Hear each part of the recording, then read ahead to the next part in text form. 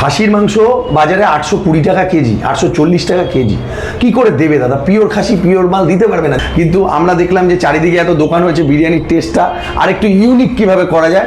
আমার বলেন, আপনি যদি ভালো খাবার অন্য জায়গাও পান সেখানেও খান, কিন্তু ভালো খাবার খান, সস্তার দিকে ছুটবেন। দাদা, লখনৌ বিরিয়ানি তো এত নাম শুনেছি, তো তোমার এই লখনৌ বিরিয়ানি খেলে মানুষ কিরকম বডির দিক থেকে যদি উপকার পাবে? নিয়মিত এক্সারসাইজ করে এবং আমাদের বিরিয়ানিতে কোনো রকম গ্লুকোমেট বা আজিনামোটোর ইউজ হয় না, মানে আমরা মানুষকে মেরে ফেলে দিই না, হ্যাঁ, বা উল্টোপাল্টা ফুড কালারও ইউজ হয় না, টোটালি জাফরান আপনাকে দেখালাম, যার জন্য এটা টোটালি হেলদি বিরিয়ানি। এই বিরিয়ানি যদি কেউ নিয়মিত খায় আর যদি এক্সারসাইজ করে, আমি আপনাকে বলে দিলাম, হ্যাঁ আমি বলে দিলাম আপনাকে, এইরকম আমি যেমন করেছি এরকম বাইসেপ হয়ে যাবে, কি বলছো? হ্যাঁ, এবং পাওয়ার অনেক বেড়ে যাবে। যেমন তোমার সামনে আমি করে দেখাবো, আমি দুজনকে ঝোলাবো, ঠিক আছে? আচ্ছা, তুমি একটু ঝুলবে, দাদা তুমিও একটু ঝোলাও। আমাকেও আজকে ঝুলিয়ে দিচ্ছি। হ্যাঁ, ঝুলিয়ে দেবো, হ্যাঁ। চলো ঝুলে দিই। ও জিও, পাটা দেখিয়ে নাও, পাটা। এই দেখো, দাম আছে দাদা। ঠিক আছে? কি আওয়াজ! তো তোমার এই লখনৌ বিরিয়ানি কি দাম আছে? Lucknow biryani, chicken biryani 150, mutton 250। আচ্ছা। ঠিক আছে, দেখো দাদা, আমাদের মধ্যমগ্রামে এখন চারিদিক থেকে বিরিয়ানির দোকান হচ্ছে, পোলাওয়ের দোকান হচ্ছে।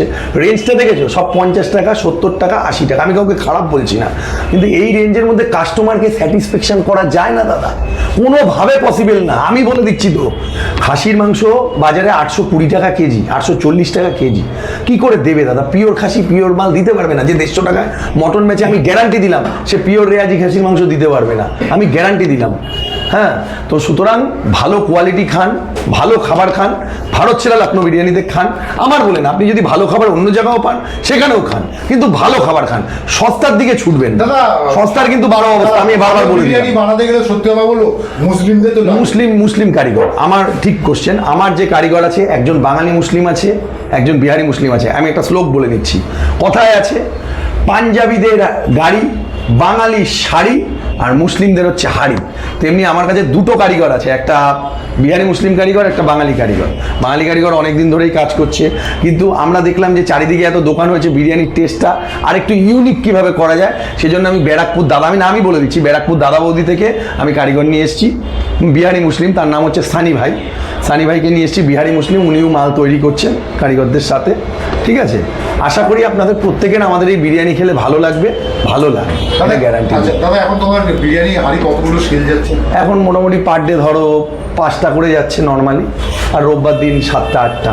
আচ্ছা নর্মালি। দাদা, তুমি আমাকে বলো যে তোমার এই যে লখনৌ বিরিয়ানি, অনেকেই তো এখন তোমার লখনৌ বিরিয়ানি অ্যাড্রেস জানে না, তো খেতে গেলে কোথায় আসবে? মধ্যমগ্রাম অবশ্যই বলতে হবে, ভারত সেরা লখনৌ বিরিয়ানি যে কাউকে বললেই হবে, মোটামুটি সবাই চেনে।